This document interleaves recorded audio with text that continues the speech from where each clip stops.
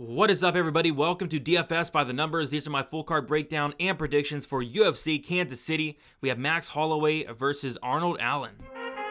I need all the wins, yeah. All that and all that is. You better move, you might get knocked out. Knocked out. You better move, you might get knocked out. Knocked out. You better move, you might get knocked out. Knocked out.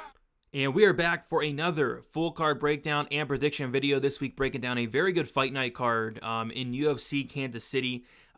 Really no complaints about the card, top to bottom. I think this main card is really good as well. Really looking forward to it from a fan perspective. We have 14 fights to talk about, hoping all 14 of them stay on.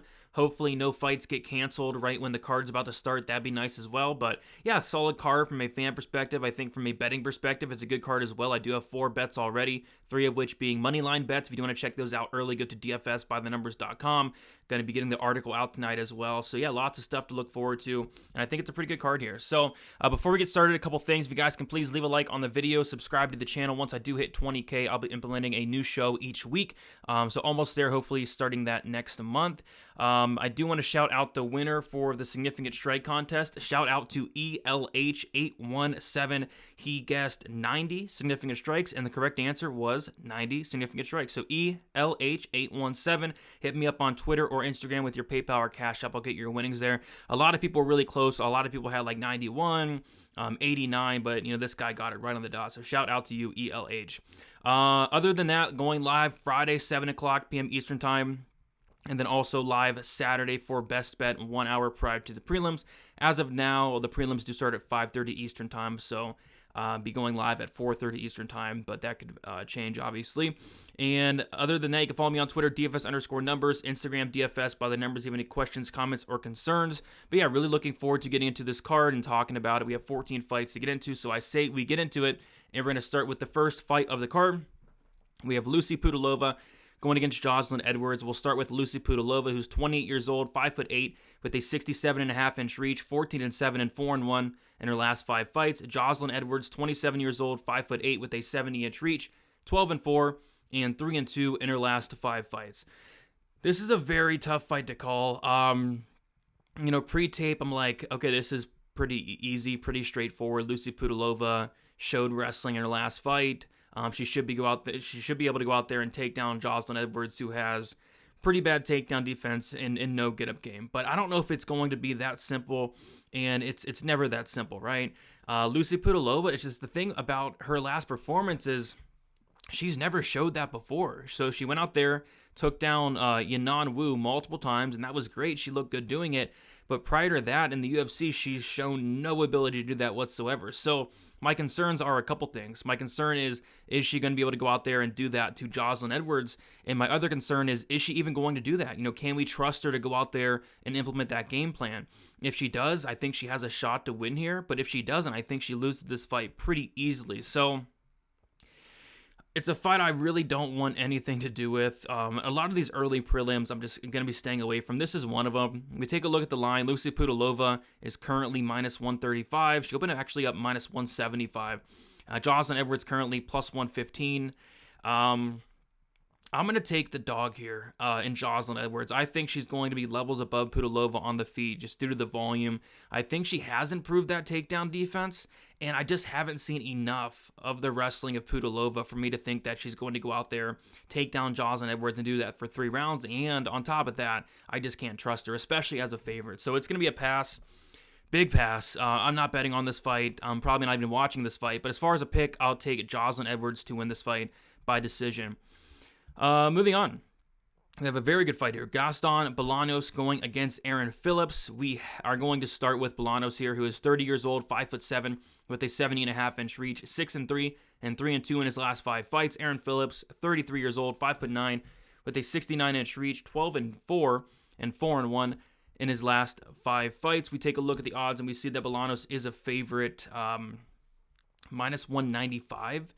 He opened up minus 160, and then Aaron Phillips, he opened up plus 140. He's currently plus 170. So this is a fight where I think it's going to be a fun fight. I'm really looking forward to this one stylistically, but it's a fight where there's a bunch of question marks really on both sides. So we have not seen Gaston Balanos fight in 11 months and 2 weeks. And we haven't seen Aaron Phillips fight in 2 years and 8 months. It's been a very long time since Aaron Phillips has fought. And now he's 33 years old, almost 34. I don't like that. It looks like he either owns a gym or coaches at a gym. It looks like he's really focusing on coaching. So I don't like that. I'm not sure where he's really at in his career. And what we've seen in the UFC from Aaron Phillips has not been good. He's 0-3. But, Gaston Balanos, he's a very good striker, really good striking background. He throws this spinning back elbow and he spams it. And it was really funny, actually. I was watching tape on Balanos and the announcers were talking about the spinning back elbow, how it's his go-to move. And a second later, he throws it, he lands it, and he knocks the guy out cold. So, Phillips is going to have to watch out for that. And I was very impressed with the striking of Balanos. The one thing I didn't like, though, was the grappling. Balanos, he has solid takedown defense. He seems very physically strong. It's just once he does hit the mat, it looks like he's kind of a fish out of water there. And going against a black belt and Aaron Phillips, it does concern me a little bit here. But like I said, Balanos' takedown defense does look pretty solid. If he's able to keep this upright, I do think he's going to be the better striker here. And he has a lot of power. 100% finish rate for Gaston Balanos as well. I did see he's doing some work at AKA.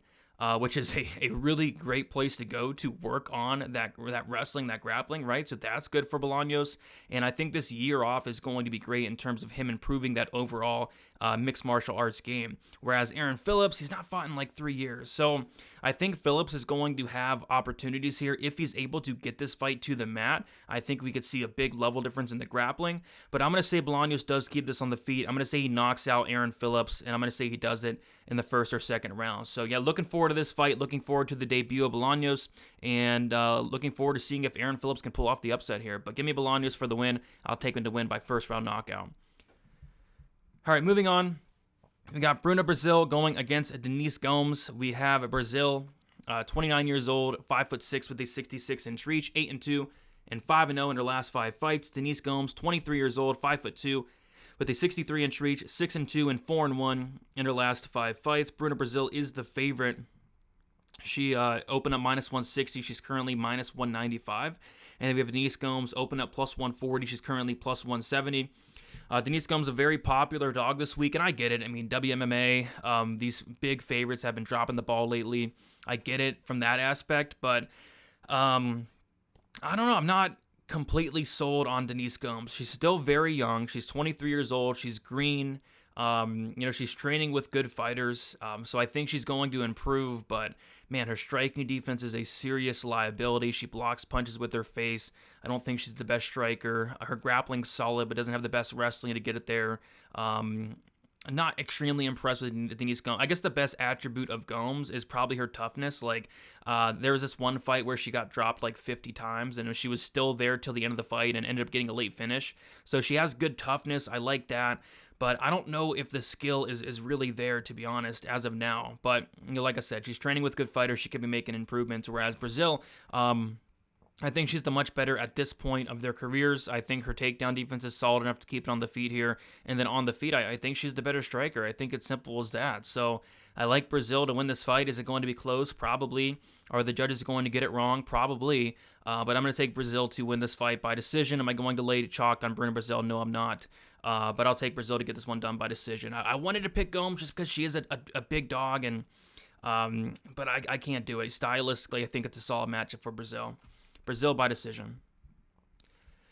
All right, here we go. The return of Daniel Zellhuber going against Lando Vannata. We got Zellhuber, 23 years old, 6'1", with a 77-inch reach, 12-1 and 4-1 in his last 5 fights. Lando Vannata, 31 years old, 5'9", with a 71-inch reach, 12-6 and 2-3 in his last 5 fights. We'll take a look at the odds here, and we see that Daniel Zellhuber is -120, opened up a much bigger favorite at -175. Lando Vannata opened up +150. He is currently +100. Daniel Zellhuber went out there and pulled off the stunt of a lifetime against Trey Ogden. I mean, you can't ask for a much easier matchup for Zellhuber. And he went out there and he pulled a William Knight, and he went out there and did nothing for 3 rounds. He looked terrible. He looked horrible in that matchup. A lot of people lost a lot of money on Zellhuber, including myself. I was very confident in Zellhuber. And if they fought again, I would be betting Zellhuber again. It's just, I think, it was his debut. I think that got to him a little bit because it looked nothing like the Daniel Zellhuber I knew. And last night I went back and watched, the rest of his career, and I'm like, man, this guy's good. This guy's an absolute killer. It's just that one performance against, Trey Ogden left a bad taste in my mouth and everybody's mouth. It was a horrible performance, but I think that might have been a one-off. I think he's super talented. He's only 23 years old. He's training now at Extreme Couture for the last, I think, 2 or 3 fight camps. So he's going to be making improvements, training with great guys. He's going to be much bigger than Vannata in this matchup. He's going to have a 6-inch reach advantage. He's going to have a 4-inch height advantage as well. I think he's probably going to be the better striker, more tools on the feet. He has power. His takedown defense is really good as well. Everything checks out for Daniel Zellhuber. It's just that one performance against Trey Ogden is, it's hard to get out of your head. It really is. Like, was that a one-off, or is Daniel Zellhuber some fraud? And I think we're going to find out here. I think this is a fight that he absolutely should win. But if he goes out there and, pulls a William Knight once again, he's going to lose. I mean, you got to go out there and do something, Zellhuber. So we'll see. But I do like Zellhuber in this matchup. I'll give him one more chance to win this fight. But if he does not win this fight, probably not the real deal. I thought he was the real deal. I really did. Was really impressed with this kid, but that performance was bad, and he can't go out there and do that again. And I don't think he will. I think he's going to bounce back, and I think he gets a win here against Lando Vannata, and I'll say it's by decision. I don't think Vannata is going to go out there and wrestle Zellhuber. That's not Vannata's game, 1, and then 2, Zellhuber has really good takedown defense, so and a sneaky submission game as well. So I think Zellhuber wins this fight. I'll say Zellhuber wins by decision. And I'll give him one more chance to pick him here. So give me a Zellhuber by decision. All right, moving on. We have Gillian Robertson going against Piera Rodriguez. We got Robertson, 27 years old, 5'5", with a 63-inch reach, 11-7 and 2-3 in her last 5 fights. Piera Rodriguez, 30 years old, 5'3", with a 63-inch reach, 9-0 and 5-0 in her last 5 fights. We have a line flip here. Piera Rodriguez opened up -135. She's currently +110. Gillian Robertson opened up +115. And she's currently +130. If you got in on that plus money, I think that was the right side. I think plus money on this fight, either way, is probably the way to go. I think it's a close fight. Gillian Robertson, the big thing to mention here, she's coming down to strawweight for, I believe, the first time in her career. So I want to see how she looks, at weigh-ins. And if she looks good, and if she can make weight at strawweight, I think she can win a lot of fights in the strawweight division just because of her style. She's going to go out there. She has solid wrestling. Her grappling is top-notch, BJJ black belt. And if she can get fights down to the mat, be the bigger fighter at strawweight, she could have a lot of success down here. Piera Rodriguez, she's going to be the better striker in this matchup, and I don't even think she's the best striker in the world. It's just Gillian Robertson's striking is not good at all, so Piera Rodriguez is going to have the clear striking advantage. Piera Rodriguez, seems pretty strong for the weight class in her own right. She's been able to go out there, get takedowns. I'm not sure her credentials in terms of BJJ, but her grappling looks solid. She's training with, fighters like Tabitha Ricci, Mackenzie Dern on the daily, it looks like. So I think her grappling is going to be solid enough to not get completely, ran through by Gillian Robertson here. And I see it being a close fight. First off, I want to see Robertson make weight, and second of all, I want to see, who's going to be able to get the fight down to the mat. Piera Rodriguez, she looks strong. Her takedown defense looks good. Gillian Robertson, as we know, has no takedown defense, but Robertson is going to be the better grappler here. So, yeah, it's a really close fight. I thought I would be all over Robertson here, and I probably would have at dog money, but, where the line's at now, I actually lean the Rodriguez side. I think she's going to have some advantages here.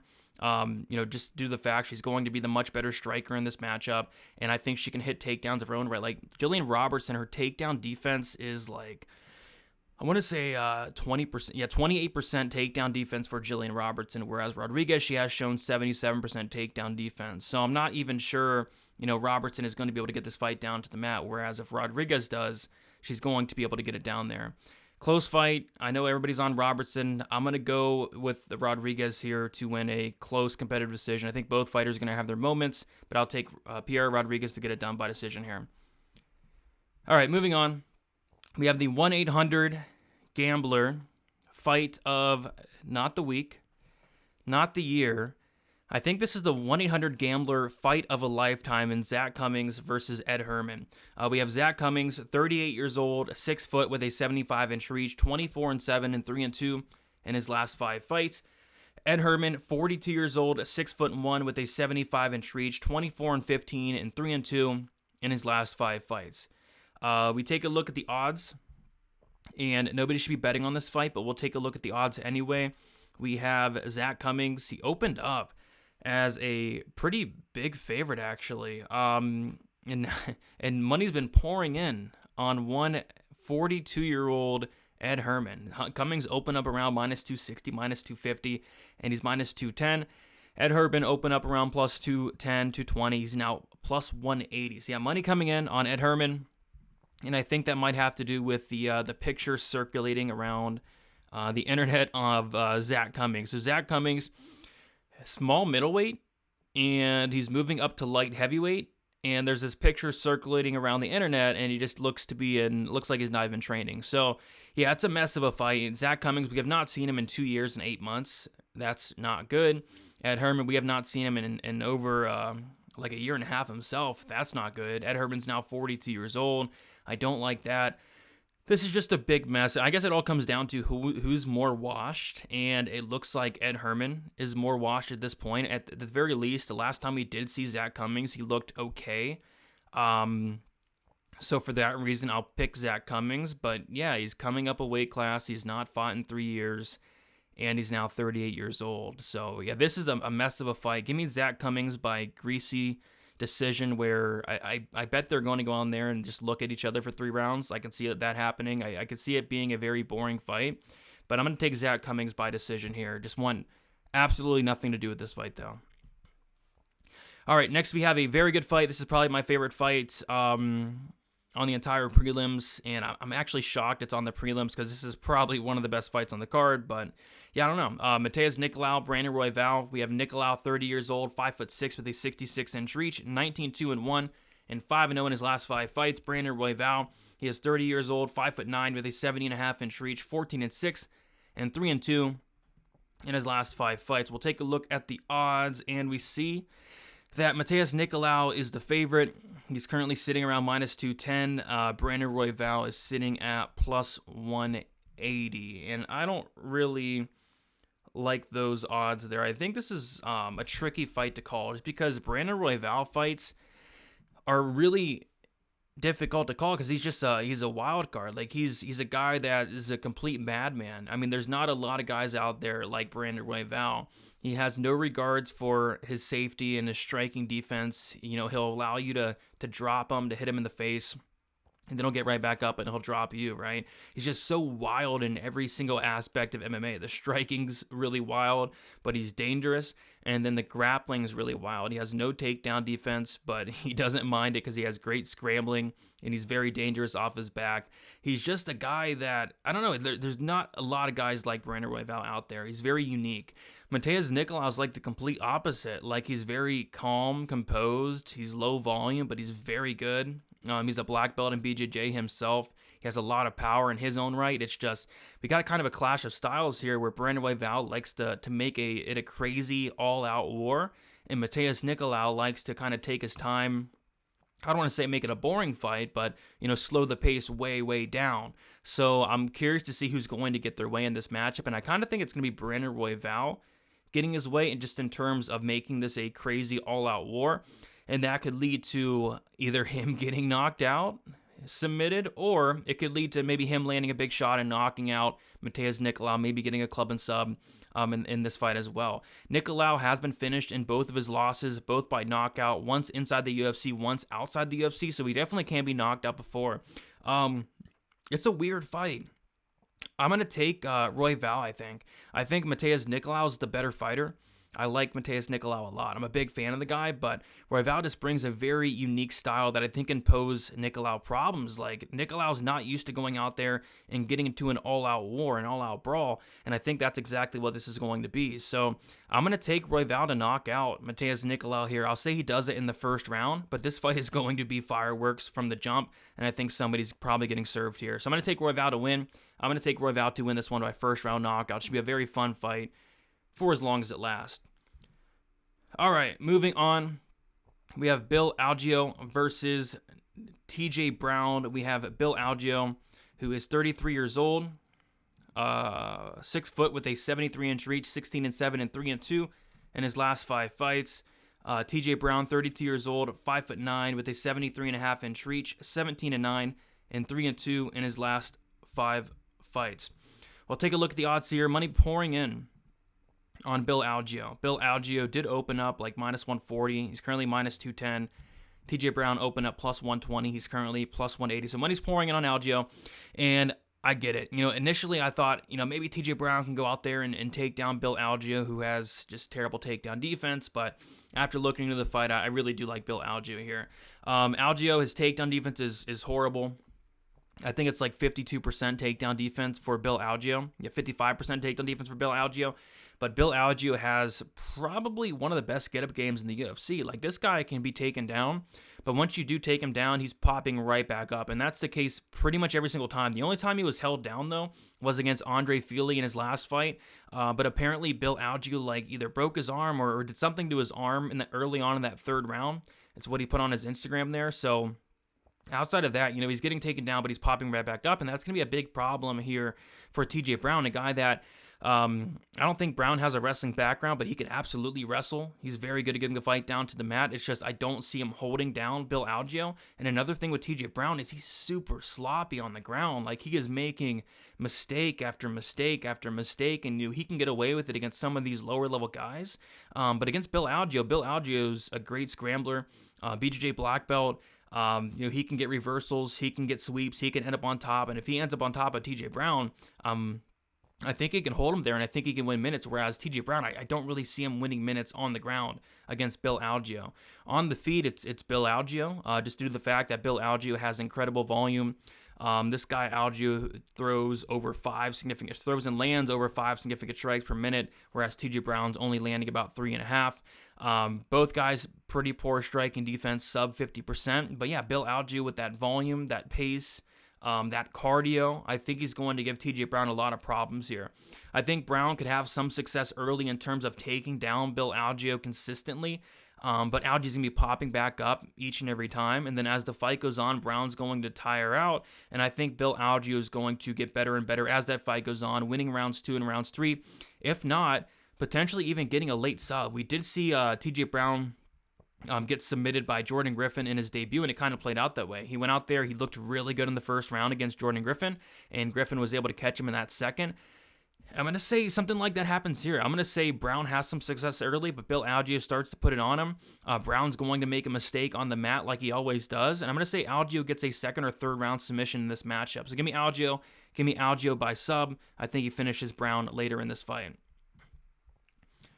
All right, moving on, we have Rafa Garcia going against Clay Guida. We got Rafa Garcia, 28 years old, 5'7", with a 67-inch reach, 15-3, and 3-2 in his last 5 fights. Clay Guida, 41 years old, 5'7", with a 70-inch reach, 38-22, and 3-2 in his last 5 fights. We'll take a look at the odds here. Rafa Garcia, the biggest favorite on the card, opened up around minus 160. That was not there long. Went immediately to minus 250s, now minus 260. Clay Guida opened up at plus 140, now plus 220. Money pouring in here on one Rafa Garcia, and I get why. These guys are pretty similar, though.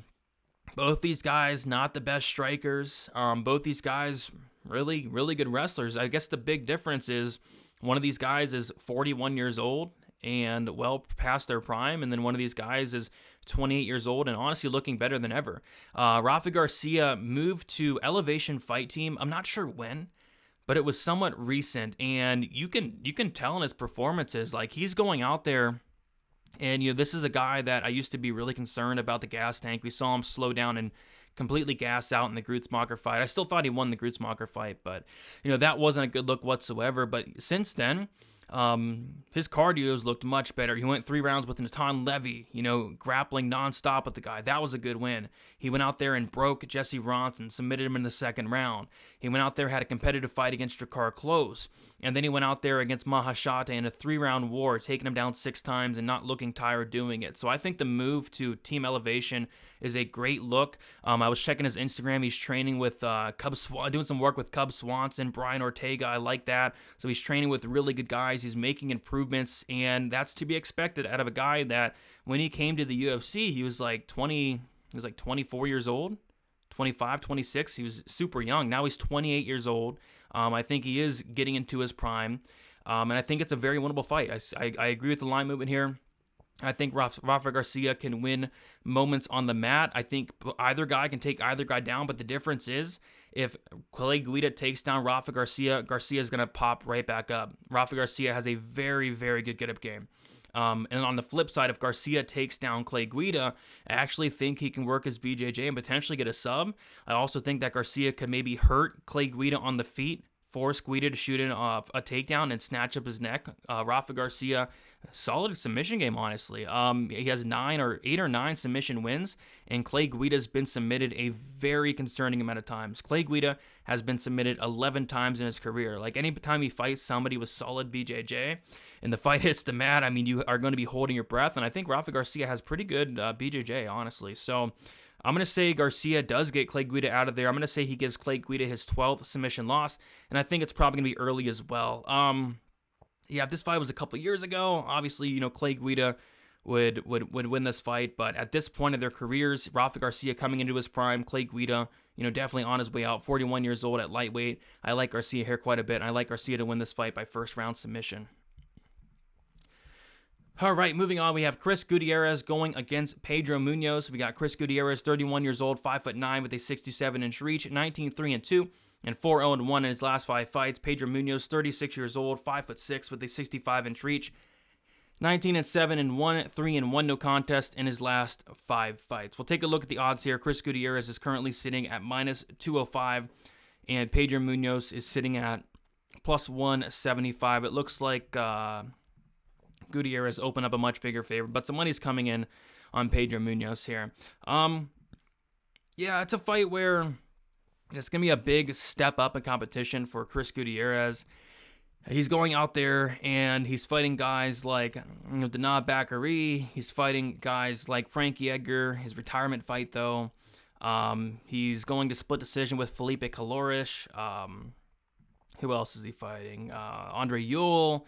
Cody Durden went to draw with a flyweight in Cody Durden, not a good look. Vince Morales, Geraldo de Freitas, Ryan McDonald. I mean, just very low-level competition for the most part. His best win is probably Frankie Edgar, but, that, again, was his retirement fight. So this is going to be the best win of Gutierrez's career if he's able to get past Munhoz. Munhoz, though, he's getting up there in age in his own right. I don't like that. 36 years old at bantamweight. I don't like that whatsoever, and honestly, if Pedro Munhoz had some wrestling here, I would probably pick him outright. It's just he doesn't. It's not something he does. He has a really good submission game, Pedro Munhoz, but he doesn't use that wrestling. So in a fight where I think it's going to be striking for 15 minutes, I think you have to favor the younger Chris Gutierrez, who's been looking very good lately. So give me Gutierrez to win this fight by decision. I think it's going to be a lot closer than this line does indicate, though. I think Pedro Munhoz is getting a little bit disrespected because Pedro Munhoz, yes, he's 1-3 and 1 no contest in his last 5 fights, but he had that no contest against Sean O'Malley where he had a very close first round with Sean O'Malley, actually outlanding O'Malley 19-15. He had that loss to Dominic Cruz, that loss to Jose Aldo, beat Jimmy Rivera, lost to Edgar in a fight he won, and then lost to Aljamain Sterling. So he's fighting the best guys in the division. So I think he's getting disrespected a little bit, but I'll go with Gutierrez, younger Gutierrez here to get this one done and get this one done by decision. All right, next we have a light heavyweight fight. Ion Cutelaba going against Tanner Boser. We got Cutelaba, 29 years old, 6'1", with a 75-inch reach, 16-9-1, and 1-3-1 no contest in his last 5 fights. Tanner Boser, 31 years old, 6'2", with a 75.5-inch reach, 29-1, and 2-3 in his last 5 fights. We have another line flip here. It looks like Cutelaba opened up as the dog, opened up around +110. No, he opened up around +140, goodness, and he's now -130. Tanner Boser opened up around -165, -170, is now +110. So, yeah, big line move there in favor of Ion Cutelaba. And that surprises me a little bit for a couple reasons. The first reason is I kind of thought Cutelaba would be cut after his last performance. I mean, the guy I think is on a 3-fight skid. And the other reason is I thought people might be, really low on Cutelaba, but no, I mean, I guess people watched the tape and saw that Tanner Boser has no takedown defense and no ground game whatsoever. So, yeah, I think Cutelaba wins this fight. I think he wins it in the first round. It's just if this fight gets out of the first round, it's, you're going to rip up your Cutelaba ticket. He has about 1 round of gas. But yeah, Tanner Boser, his takedown defense is terrible. His get-up game is non-existent. If you take him down, he is not getting back up for the rest of the round. So yeah, Cutelaba is going to take down Boser. It's going to happen. Cutelaba is very good in the first 5 minutes.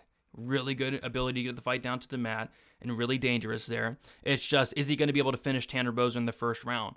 If it gets out of the first, I have no confidence Cutelaba keeps at the pace. No confidence whatsoever. Even in a fight against Kennedy Nzechukwu, his last fight, it looked like he even toned it down a little bit because he usually fights like a complete madman. It looks like he toned it down a little bit in that fight, and he's still gassed out. He's still gassed out after 5 minutes and got knocked out in the second. So I think it's Cutelaba round 1.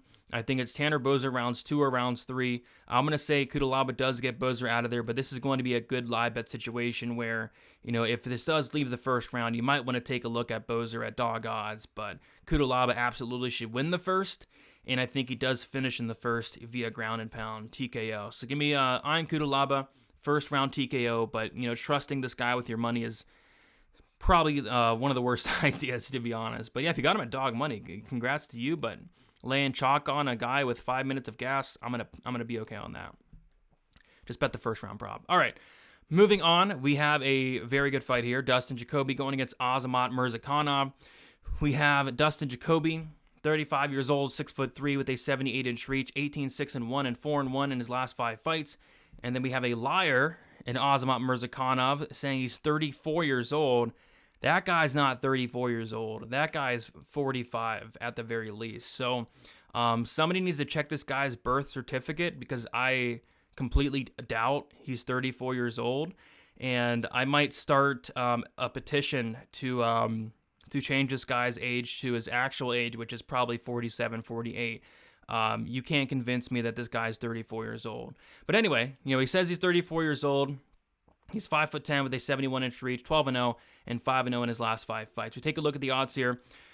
Very weird line movement. Dustin Jacoby opened up minus 200. He's currently minus 160. Azamat Murzakanov opened up around plus 175, plus 170, currently plus 140. So money coming in on the 50-year-old Azamat Murzakanov. And yeah, it's a fight where you got the minute winner of Dustin Jacoby versus the moment winning of Azamat Murzakanov.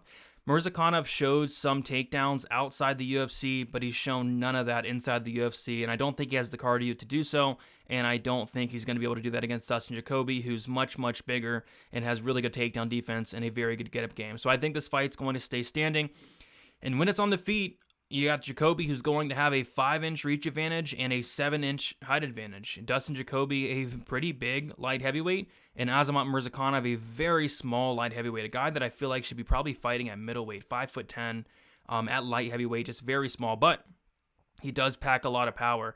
Dustin Jacoby should be the minute winner here. He should be going out there, landing more strikes. I think he has a lot more tools on the feet. I think he has power in his own right, but it's going to be Azamat Murzakanov who's going to be landing probably the bigger shots, probably having some of the better moments, but he's just so low volume. He just doesn't do a ton, but when he does land, he hits hard, so maybe he can go out there and knock out Dustin Jacoby, but Jacoby's only been knocked out once in 25 fights. He showed off a really good chin against Khalil Roundtree in his last fight. I think Murzakanov's knockout or bust here, to be honest, and I think Dustin Jacoby has the chin to take some of these shots, and he absolutely has the volume, the tools on the feet, the size as well, to go out there and pick apart Murzakanov for 3 rounds and winning a decision, as long as the judges don't screw it up, which the judges screw it up all the time, so not holding my breath. But give me a Dustin Jacoby to win this fight. Give me Dustin Jacoby to win this fight by decision.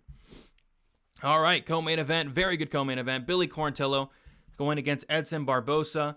We got Quarantillo, 34 years old, 5'10", with a 70-inch reach, 17-4 and 3-2 in his last 5 fights. Edson Barbosa, 37 years old, 5'11", 75-inch reach, 22-11. And 2-3 in his last 5 fights. We'll take a look at the odds here. We have Billy Quarantillo open up minus 155, currently minus 165. Barbosa open up plus 135, currently plus 145. And I guess the big thing that sticks out here is Barbosa's age, 37 years old at featherweight, and I think he's on his way out here. I just have not liked the last couple performances from Edson Barbosa. And I know they were against good guys. Bryce Mitchell went out there and took him down multiple times and won that decision. But Bryce Mitchell dropped Edson Barbosa on the feet. I mean, that's a bit of a concern for me. And another concern was the Giga Chikadze fight, where it looked like Chikadze kind of broke him. Barbosa was looking, hurt and tired in that second and third round. Barbosa eventually got him out of there. So I don't know. This guy cuts a lot of weight. He's now 37 years old, and he's taken on not much of a younger guy in Billy Quarantillo, but he's much younger in terms of the MMA game, much younger in terms of, I want to say he hasn't taken as much damage, but my goodness, Billy Quarantillo has taken a lot of damage, but he hasn't really shown any signs of, declining. Billy Quarantillo hasn't really shown any signs of his durability going away, whereas Barbosa, clearly has. So I still think Billy has a lot left in the tank, and he's really looking better than ever at 34 years old. So, I think Billy is going to win this fight. I mean, the concern I always have with Billy Quarantillo is, he has terrible striking defense, 40% striking defense. He's willing to eat punches with his face, but he's just next level tough. He can do it. He can get away with it. I guess Barbosa could potentially hurt him early on in round one, maybe knock him out. But the last time Barbosa knocked somebody out in round one was back in 2014. So I'm not completely worried about that. And then, as the fight goes on, Billy Quarantillo just drowns guys. He drowns guys with that volume, that pressure, that pace, that power. And I think he drowns Barbosa here. I think Barbosa is going to look really good early. But as the fight goes on, Billy's just going to break him like he always does. And, Barbosa, 37 years old. I think Billy gets him out of there in that second or third round, just drowning with that volume. So give me Billy Quarantillo. I'll say late second round knockout for Billy. Should be a very, very fun fight, like all Billy Quarantillo fights are.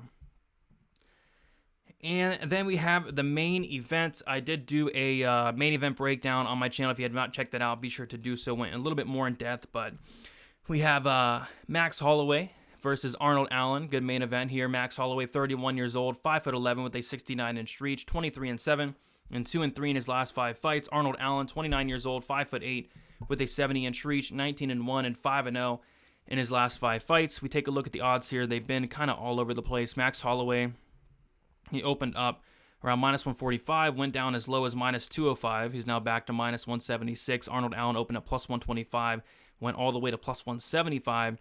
He is now back down to plus 150. And I like Max Holloway here, and I like him quite a bit. And I'm pretty confident in him, to be honest. It's just Max Holloway, the thing we always have to mention is he's taken a lot of damage, but I feel like we've been saying that for the last three years. At this point, he's absorbed over 2,000 significant strikes. So yes, he gets hit in the face a lot, but he's next level tough. His durability doesn't look to be diminishing. He doesn't look to be declining. I know he didn't look great in the Alexander Volkanovski fight, but that's Alexander Volkanovski. Max Holloway 2-3 in his last 5 fights. All 3 of those come to Alexander Volkanovski, those losses. So he's only losing to the best guy in the division in Alexander Volkanovski as of late. Arnold Allen, I like him. I think he's good. I think he's looked solid lately. Went out there and starched Dan Hooker. That was nice. Dan Hooker's not a guy that typically gets starched all that often outside of the Michael Chandler fight.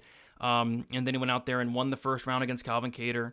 And then Calvin Kattar got hurt. So we didn't really get to see Arnold Allen get into that 4th and 5th round like I wanted to. Maybe we'll see that here. But I just struggle to see Arnold Allen winning this fight outside of a knockout, just due to the fact that Max Holloway is the volume king. This guy's volume is just off the charts, landing, I want to say it's like, what is it, like 7.24 significant strikes per minute. Allen's like half of that, around 3.4. So I just struggle to see Arnold Allen outpointing Max Holloway across 25 minutes. So I think for Arnold Allen to win, he's going to have to knock out Max Holloway, and nobody can do that. So, seems like a pretty simple Max Holloway pick, unless you think Max Holloway's washed or the durability's gone. Then I don't know. I really don't think it's that winnable of a fight for Allen. I think it's a really tough fight. I was hoping to get better odds on Holloway, though, just due to the fact that I thought people might be a little bit lower on Holloway. And people are always high on Allen. Allen's definitely a fan favorite. People love the guy, but I think it's a tough matchup for him. And I think Arnold Allen is KO or bust here. I really struggle to see Allen winning decision. I'm going to take Holloway to win here. I'm going to take Holloway to win by later round knockout. I think he's going to really put it on Arnold Allen. I think Allen's going to start to slow down on that third and then Max Holloway just not going to let up. I think Max Holloway gets Arnold Allen out of there in that 4th or 5th round. So give me Max Holloway KO, 4th or 5th round. And yeah, I think Allen will be back, but I just think this is a tough matchup at this point in time. So give me Max Holloway for the win. All right, guys, we did it. Went through all 14 fights. Talked about some solid spots. Yeah, I do have 4 bets, 3 of which being money lines. You can probably tell which ones those are, but I'll be talking about all my bets later during the week. About to add some more, waiting for some props to drop. But yeah, it should be a solid betting card. Solid card from a fan perspective. Really looking forward to it. Again, you can follow me on Twitter, DFS_numbers, Instagram, DFS by the numbers. My DMs are always open if you want to chat. And yeah, going live Friday, live Saturday, and yeah, looking forward to this card here. So that's about it, guys. Like, subscribe, appreciate all support, and best of luck for UFC Kansas City. See you later.